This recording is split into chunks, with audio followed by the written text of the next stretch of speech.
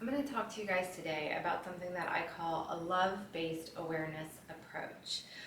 This is an approach that I've developed. It's not unique to me. I know lots of other people have this and use different tags and maybe some different concepts behind it. But this is something that I've developed both as a life approach and as a professional approach. So it's something that I like to teach to clients and to individuals to create a sense of peace and sometimes healing, as well as professionalism and positive interactions within the environment. Hi, I'm Jessica. I'm a certified life coach and I have my Bachelor's of Science degree in psychology. Within my coaching practice, I'm a private practitioner of Endless Possibilities Life Coaching Services. I develop a lot of concepts, approaches, and tools for clients to use or businesses to use to add professionalism, to add positive skill building, positive communications, and overall just happier, healthier living. So this approach is something that I'm very passionate about and something that I believe deeply in and have seen great results across the business community and the individual landscape for clients that have used this. So love-based awareness, basically this is an approach that creates positive interaction with other individuals. But it fundamentally and pretty much solely starts with you as the individual. So that's something I really like about this approach, because no matter where somebody else is at or what somebody else is going through or how they come towards us, we can have control within this approach to make sure that we are continuing on a spectrum and an angle of positive interaction. So again, as a coach, I really like looking at the things that put the controls in our court, because that's really the only thing that we do have regulation and control over. So back to the love-based awareness approach. Within this approach, you will learn to see people through the vantage point of their eyes. So it's basically getting a chance to see somebody from the perspective that they are living, that they are coming from, which can offer a whole avenue of possibilities for interacting in a different, more positive, solution-based way. It can also create other avenues for increased empathy and compassion, which is something else that this approach offers. And again, within that kind of nugget of love, compassion, and connectability, it does help create solutions as well. The other thing is that you can better understand where you need to put your own personal or professional boundaries and sometimes how to do that. So again, thinking about the fact that this is not just, a personal approach that we can take where we need personal boundaries, but a professional approach which requires boundaries as well, but sometimes we have different tools to work to create those boundaries because of the professional landscape or the workplace framework. So with this love-based awareness approach, it really does help us identify and understand where and how we need to put those boundaries up.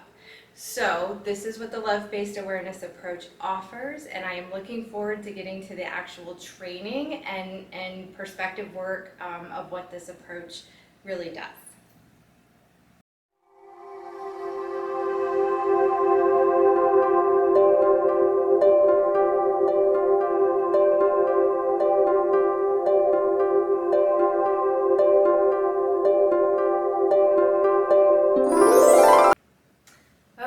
So how do you begin using or activating this love-based awareness approach?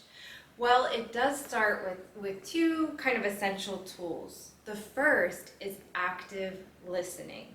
So to me, what active listening means is it means listening with the intent of hearing a person for what they're communicating. So a lot of times when people are communicating and they're listening through a filter of what they expect to hear, what they're afraid to hear, or afraid that they might hear, and in some ways even taking it to another level and even kind of preparing a thought pattern to how they're going to respond.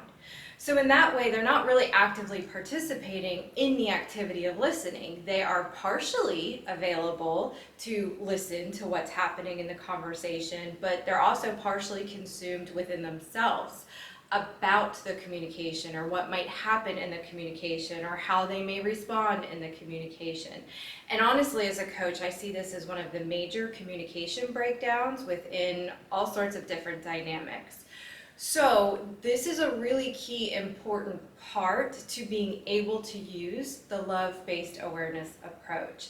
And that again comes in active listening. That means I'm going to set down my own agenda. I'm going to set down what I might fear needs to be a response, or what I might want to present in a conversation, and I'm going to be completely present in that moment. And through that being present, I'm really going to be open to hearing what the person has to say with an active participation. And that openness ties into the second part, is an open mind. And that follows up on the fact, or the idea, that a lot of times in communication, we're already braced. We're braced for what this person is going to tell us. We're braced for how this person is going to come at us. And sometimes this isn't even people we know. These are strangers based on their behavior, or based on past situations that have happened to us. We're braced for a certain type of interaction. And it's not that there's not some value in having a recognition of that, but the problem is now we're not authentically interacting with another person. And because it's not authentic, we are losing some of the probability of it having the outcome of being positive. Because a lot of times, many of us are set in habits or patterns or past experiences of holding on to negative interactions. So it's not always automatic or easy for people to shift or be ready and primed for a positive interaction with others. So that's another reason why I developed this love-based awareness approach, was to try to break through that barrier within ourselves that actually creates more obstacles in our interactions with others. So when we can take that active listening approach, and when we can have an open mind, meaning that we are consciously interacting with the conversation, but we aren't engaging with that conscious thought until we have fully heard and tried to meet and understand the person where they are at. So an example or an additional use that you can use with active communication is in also, repeating back. So what I hear you saying is, and you can summarize that in that active communication style, and through that active listening, you're showing, okay, this is what I heard, but you're communicating back to make sure that you heard it correctly. It's a fantastic tool, again, for really making sure you're approaching it with the most openness as is humanly possible in your mindscape, and then also reaffirming that you really are hearing and listening through that active approach. So those are two fundamental tools really that we use in the love-based awareness approach, because they're going to be essential for us to activate and to actually participate in this approach with others. So moving on from that, love-based awareness is really about seeing a person for who they are, where they are, and even potentially what they might need in that moment, as well as being able to see somebody for all that they can be. I work a lot with children, and I do some coaching and some professional training with child care professionals. And this is a place where I really get to see it in action, because children are evolving and adapting and developing so quickly that you get to see the results much more immediately. But for example, in that kind of setting, if you meet a child for where they're at, so maybe they are having a behavioral issue, or maybe they are having a learning issue, and again, you are interacting, you're engaging, you're approaching the child from that place, but you're holding a space for all that you know that that child can be. Maybe they're really struggling with putting their hands on another child or using words, in a shouting way and not communicating positively, but you also see the child sharing at moments and having a really big open heart and being very sensitive. So in that kind of framework, you would obviously need to address and skill build and learn the behavioral challenges that that child is experiencing so that you can help them be all that they can be because of that development and because of that positive learning. But you're also interacting from that place of compassion and empathy, recognizing that they might not be fully in their place of being a positive interacting student with the other kids in your class, but you know that they can be because you've seen the qualities of sharing, you've seen the qualities of sensitivity, you've seen their capacity to be able to do that. And there are so many psychological studies and social emotional studies, that even physics studies, that show that when we observe or when we open up a space to see somebody in a higher position, meaning their better potential, the better version of themselves, that really does open up a possibility for that person to step into it. Now, it's not within our control to be able to push or move or develop somebody into that place. But this approach is this approach really isn't about pushing somebody into a place. It's about reducing the obstacles that get in the way for both you and another person to be in that higher development, kind of more self-actualized, best version of yourself place. And the less obstacles that we introduce or create into a situation, the more probability that that situation has to be the best version that it can be. So this is really kind of that, again, that physics, that fundamental science behind why this approach is so meaningful, both to me, but also in practice. So again, it's really, you interact from the place of where the person is at, because that's crucial. That's where you can actively communicate. That's what's safe for you, right? To be able to have your boundaries and to have that place of, okay, I'm not going to invest in something that isn't presently here, because that's not healthy for us to do. The investment is in where the person is at, but the space around that investment, around that interaction, is with an openness to seeing the possibility of where it can be. And when we do that, we really start shifting conflict, we start shifting interactions to solution and positive-based results. So this is the hallmark of why this approach is so beneficial in our lives and in our professional landscape. So another fundamental aspect to this approach is acceptance, or learning to accept. And this is something that can be very, very difficult for the human condition, which is basically anything and everything that makes us a human being. And it's something that really often takes practice. Our mind actually isn't really even developed to accept new information. We have to override our mind in many times, because the acceptance sits within our belief system, within the framework of how we conceptually operate. So this isn't something that comes just as second nature, which is why I teach this approach, because it's the interactions of it, the facets within it aren't necessarily within our nature, within our character to do. It's within our character, but it's not within like an easy scape for us to reach without developing, without practicing. So acceptance comes in a few parts. The first is accepting the person for where they are.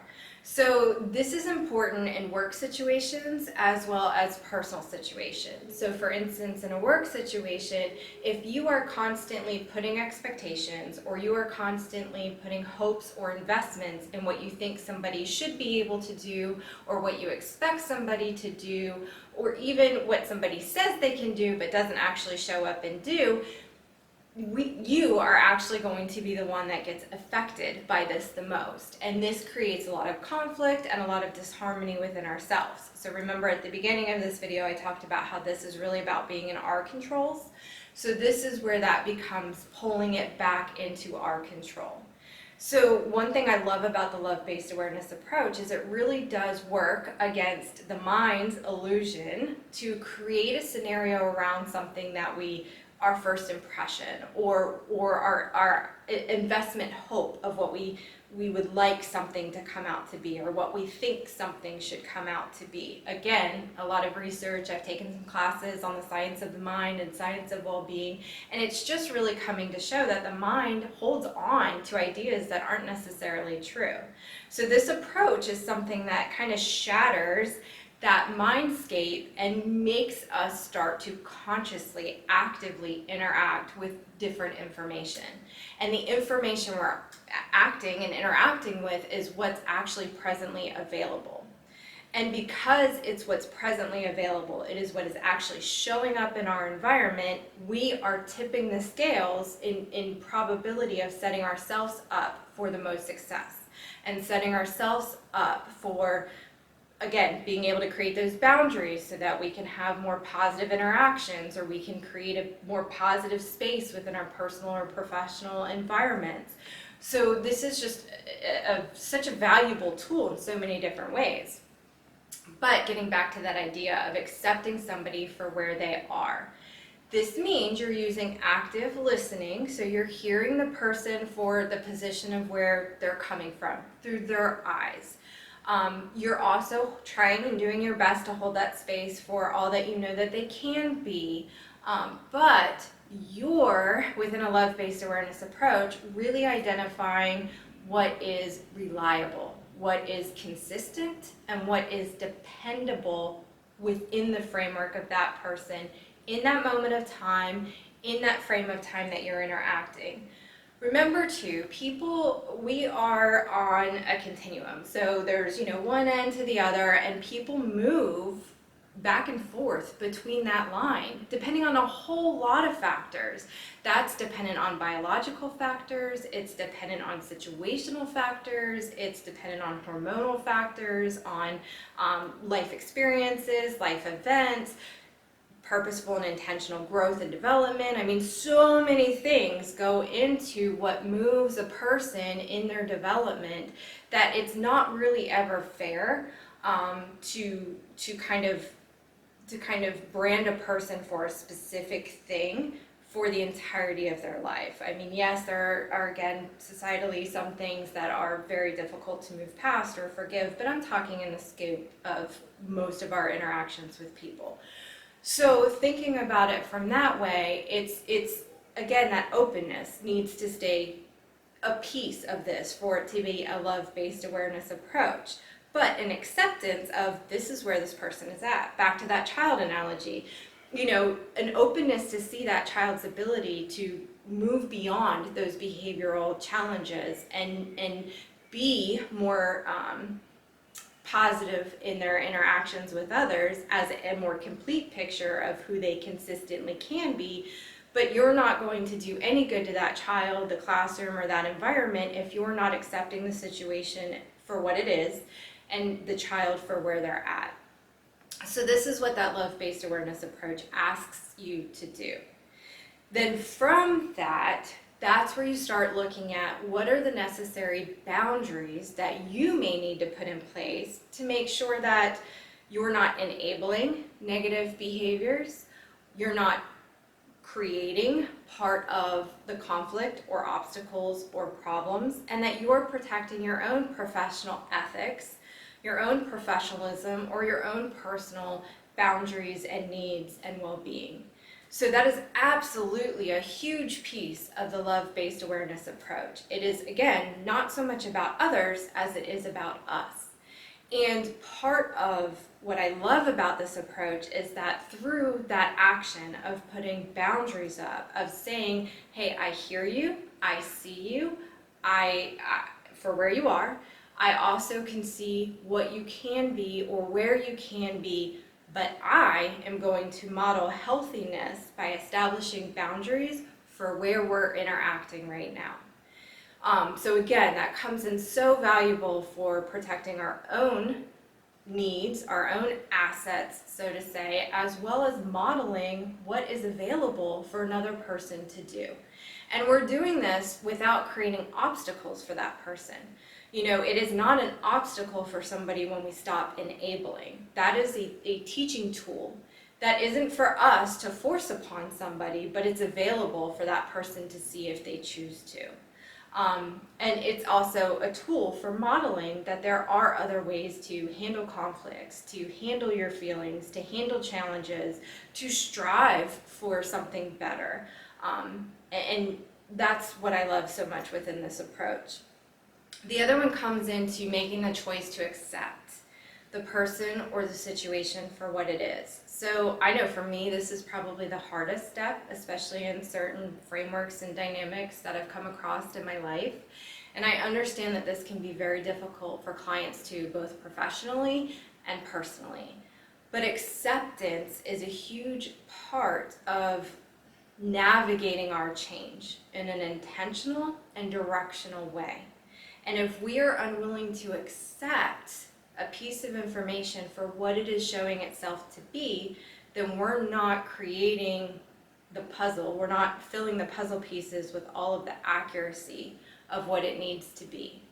So again, this process of love-based awareness approach really builds and keeps us in connection and in touch with what is actually current, while still holding out space for what's available.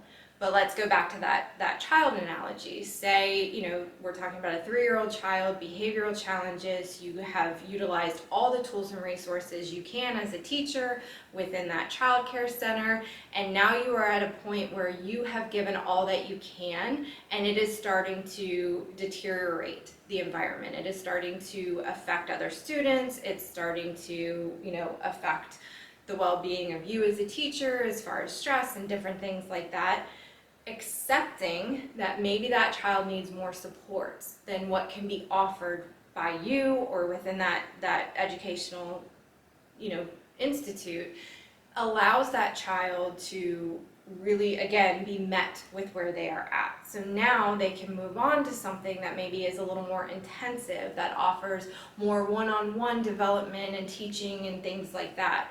And, you know, again, I'm using this child analogy because this is a part of what I work so deeply in, but it works across all avenues, right? Like if you, let's go back to a professional landscape, but maybe in a corporate world, you see the possibilities of this company, you see the vision of your leaders in the company, and you have done and followed the pattern within the corporation. You know, you've done all that you can and have brought all that you can forward.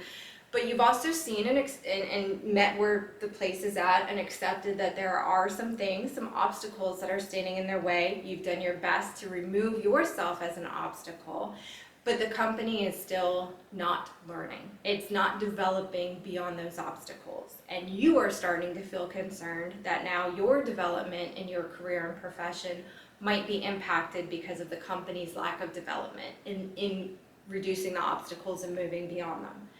So accepting at some point, you know, at some point we move through a situation in a love-based approach and we get to this level of making a choice about that which we have accepted. And we have given time to build, to develop, to kind of move past that position of challenge.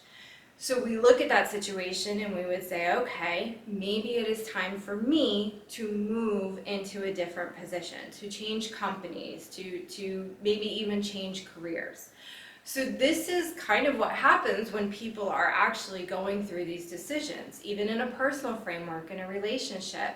Let's flip it, right? Let's say that you come to a place of acceptance and you said, okay, I have, you know, met this person where they have at, I've actively listened, I've communicated as clearly as possible, I've been as open as I can be in my mind space, I've let go of old patterns to give them a chance to show new ones.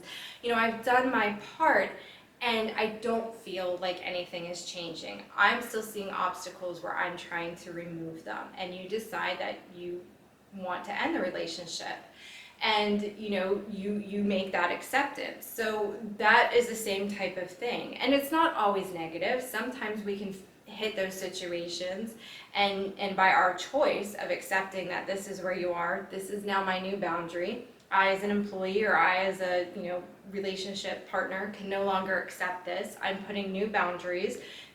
That boundary can force change in and of itself. So I don't want you to think that this is always a negative as far as acceptance comes.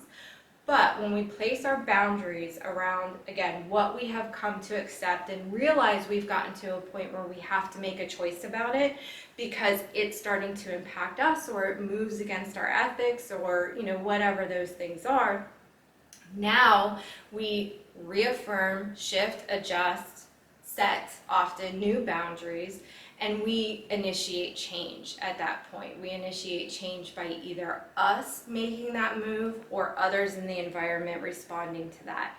And I know that this can sound kind of frustrating, but this truly is the way that interactions with human beings move. This is, again, such a huge part of my practice, both with professional development and individual development, is really what's within your control. What can you do to create solutions and positive interactions, giving that time and space for development, for learning, for growth, and then coming back and reassessing that and saying, okay, where is it at? If it's where you would like it to be, or you're seeing progress, then the investment is still well worth it. If it is not, then the investment is probably going to start costing you at some point. And love-based awareness, although it sounds like it's all going to be roses and things like that, it very much is a positive way of interacting and a positive way of creating solutions and making changes, but it doesn't mean that it doesn't come with some hard lines. And that's really what this is about, that last part of getting to the point where a choice has to be made based on what has been accepted. And let me reiterate, acceptance really needs to come from seeing a consistency and understanding the pattern or the cycle of this. Because like Einstein said, insanity is doing the same thing over and over again and expecting different results. So this is that same philosophy. I mean, unless something changes, nothing's going to change. And again, in development and growth, there's absolutely opportunities and the potential for things to become so much better. But if you're not seeing movement towards that after a prolonged period of time, a fair assessment of time, then choices need to be made based on that acceptance. So that is really what that is about, and that's the hallmark of the love-based awareness approach. Is really starting to look at interacting with people from those frameworks. I'm going to move forward to another piece of the love-based awareness approach training, which talks about a specific skill set, and this skill set is called triggers. And what this is it's another way to put in our control how we remove ourselves as an obstacle. And it can be hugely beneficial to creating kind of the life of our dreams, because we're no longer as reactive, if reactive at all, which allows us to be very proactive. So this is a catalyst to creating very positive changes for ourselves and sometimes our environment. So I look forward to filling you guys in on that last piece of the training.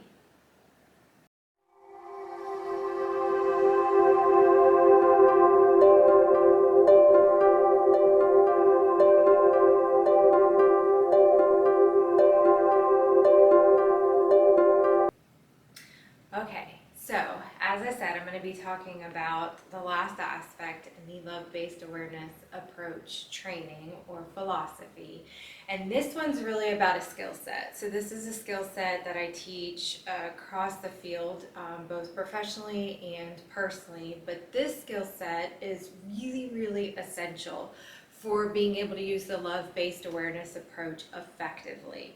Because this skill set that I'm going to talk to you about, which is called triggers, it's identifying and learning how to work within triggers, puts the control so much more into our hands. So the idea of a trigger is it's something in our environment that creates that knee-jerk reactionary response. I know we've all felt them, we've all had them, and some people experience them every day throughout their entire day. The challenge with this is that it's difficult for us to stop our reactionary or subconscious, meaning we're not actively thinking about it. So it's hard for us to stop those reactionary responses when we are not consciously aware of those responses. So this is what the trigger work is all about. It's about bringing awareness from the subconscious of what's that knee-jerk automatic response that often doesn't work in our favor, and too many times it creates obstacles not only for others but for ourselves, and usually more often for ourselves.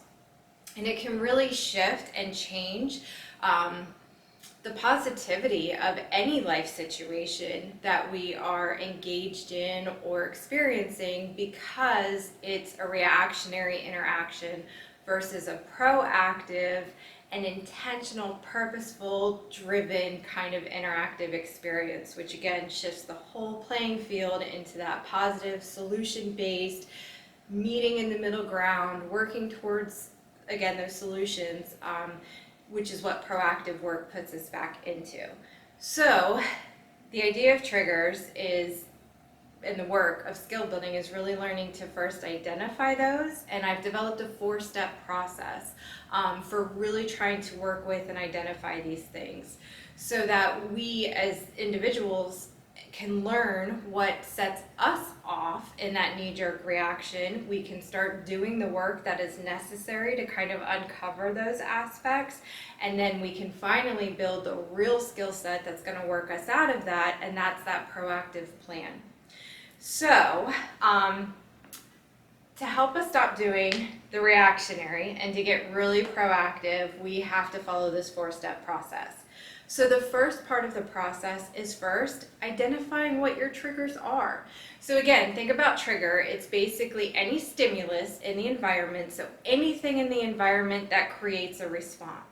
So when I work with clients or professionals, a lot of times we're talking about negative triggers, but triggers are neutral. They can be positive and they can create positive responses. They can create more happiness, more joy, excitement, things like that, and they can be negative, where they can create irritation, anger, frustration, guilt, depression, anxiety, all of those sorts of things.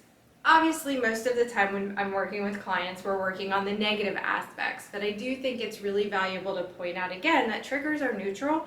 They can be either positive or negative. It's what we do with them. So that's the fundamental of it, right? A trigger is just a neutral stimulus. It's out there in the environment. It's something that comes along and we assign an emotion to it, a response to it. And so that's what we're trying to figure out in the first step, is first, what are those triggers? And I think it's, again, really helpful to identify the negative ones and the positive ones. For use of teaching this lesson, I'm going to talk about a negative trigger, and I'm going to use kind of a personal framework for that. So to get an understanding of exactly what a trigger is and how to start working through a trigger in this process, an analogy I use in the workshops when I offer this is a scenario of a couple. And in this scenario, the couple has their routine, like many couples do, and most of the time things flow well in the routine, but a person within the coupling notices a pattern that they're not happy with. So here's the setup, right? The setup is woman, the female aspect of the couple is at home doing the dishes, kind of taking care of that stuff, and her spouse comes home.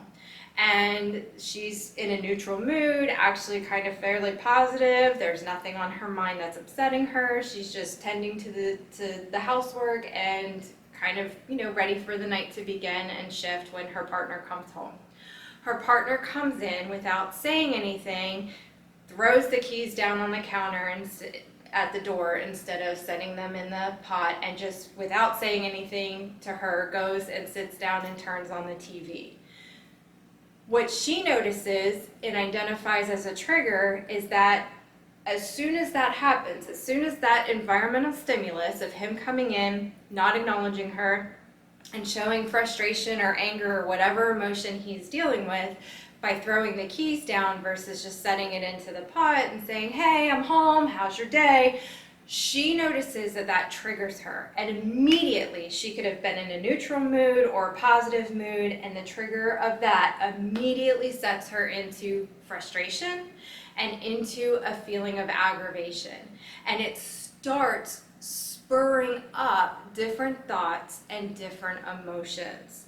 So this is that second aspect. It's identifying that pattern. So remember, she realized that there was a consistency to this, and she recognized, okay, my reactionary response when he comes in is to be frustrated.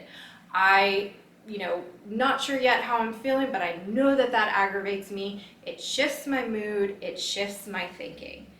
And she's recognized this trigger through identifying the pattern of every time he comes in and does this, I get into this certain mindset, or I shift into this certain emotional framework.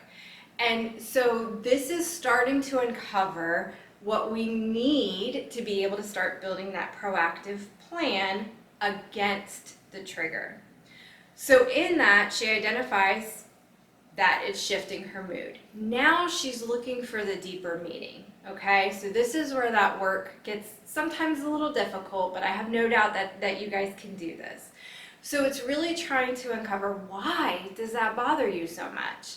He didn't come in the door screaming at her. He didn't come in the door creating an obstacle to what she was trying to do. He didn't actually engage or interact with her at all. So what is it about his behavior coming in, neutrally, interacting and taking it out on the table, the bowl, and his own space? Why is that affecting her so much? Why is that creating such a reaction inside of her that's making her lose control of her mental framework and her emotional stability, basically, by shifting her emotions down into a place that she wasn't before this? So in this scenario, through that uncovering, it's identifying that I'm sitting here doing housework in a neutral mood or kind of positive, and I just want him to identify me, just connect with me as he comes in. And it's hurting me, it's bothering me because I don't feel seen. I don't feel validated in this situation when he does that. Okay, so if we're looking at it from that love-based awareness approach, and also from a more objective standpoint, we could identify that that's probably not the true meaning behind his actions. In all likelihood, he had a frustrating drive home, something happened at work, there's in all likelihood something happening within him that has absolutely nothing to do with her. So again, back into that love-based awareness where we're really trying to remove ourselves as an obstacle. So we can identify in that situation that he has or is creating obstacles because of something that has happened within his day. We are not currently dealing with any obstacles because we're in a pretty stable, neutral, positive mindset sitting there doing the dishes. So now, in a love-based awareness approach, how do you start interacting in a different way? And this is where, once we've identified that pattern, we can start building a proactive plan. So once she identifies, okay, this is actually triggering me because I feel like it's invalidating me, or it's, discounting me in some way in this relationship because he comes in with this energy or comes in this way.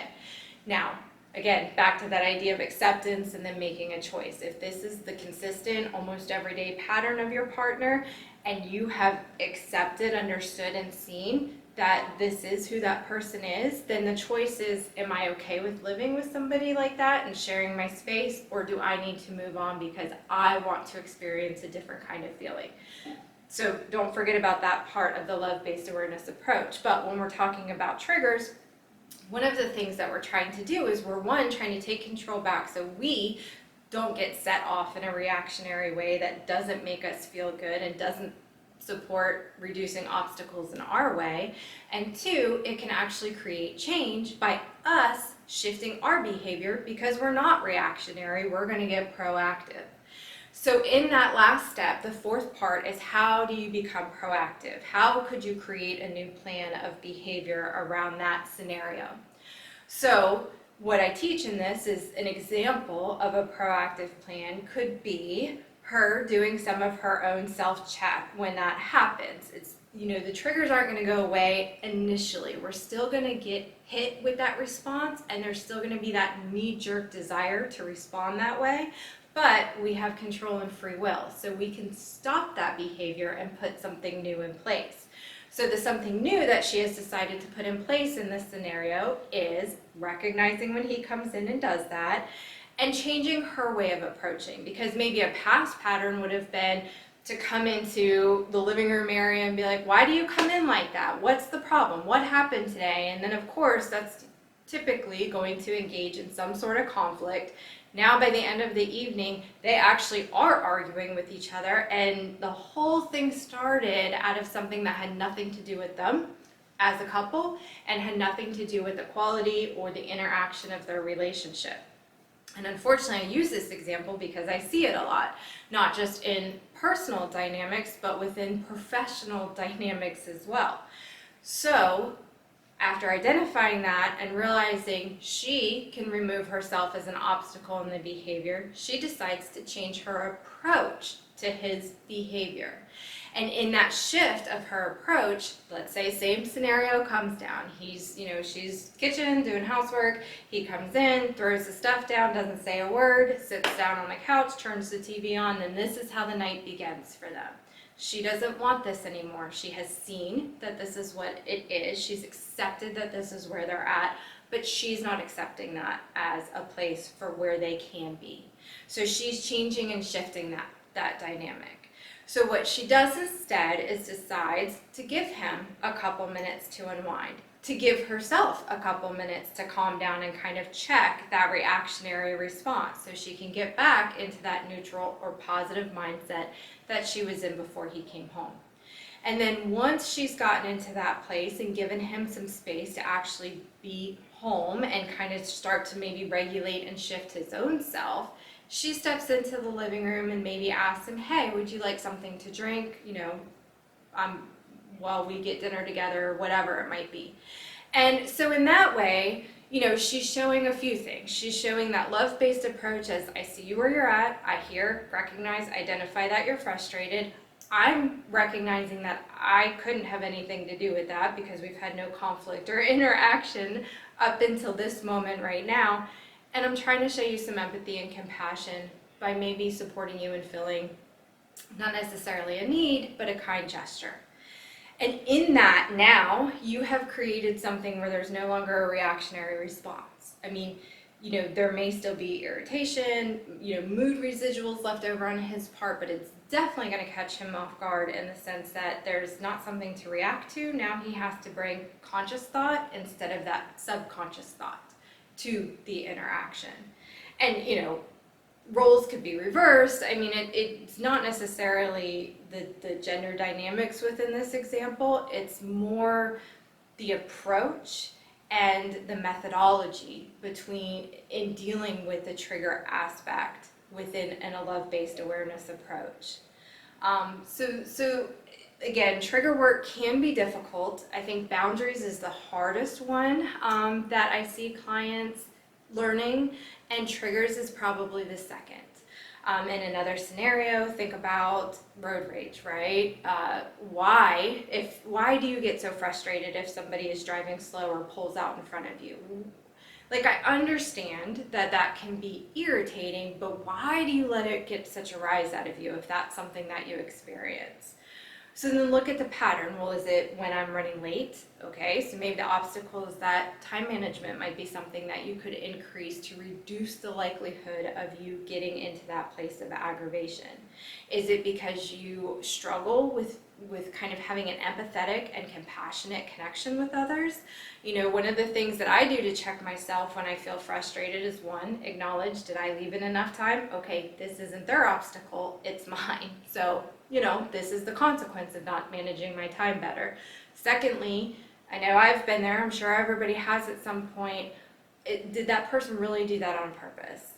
Likely not. Were they tired? Are they distracted because they have something really stressful happening in their life? Are they trying to get to a loved one who's perhaps, sick or going on for a surgery? Or, we just never know what somebody else is dealing with. So when we're so quick to react in a way where it's antagonistic or it's filled with conflict, we just really don't offer up opportunities to positively connect or meet another where they're at or show that empathy and compassion.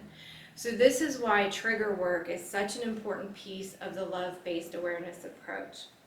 It's a tool where we can become more effective in the behaviors that we want to bring forward. And it's also a tool so that we can be proactive and show up for others, again, in that modeling and that meeting people where they are at in a way to support positive change and positive solutions. So there's going to be some accompanying worksheets and things like that to this training. This is also a training that's open for certification, not just showing that you've completed it, but that you've actually taken away the nuggets of knowledge and the learning aspects through that. So if that's something that you or your company has been interested in, there's an additional test component that's going to come along with this. So that you can get that certification in completing a love-based awareness approach training. And if you would like more support or maybe some company-wide hands-on learning on this, you are always welcome to reach out to me to schedule me and book me for that type of thing.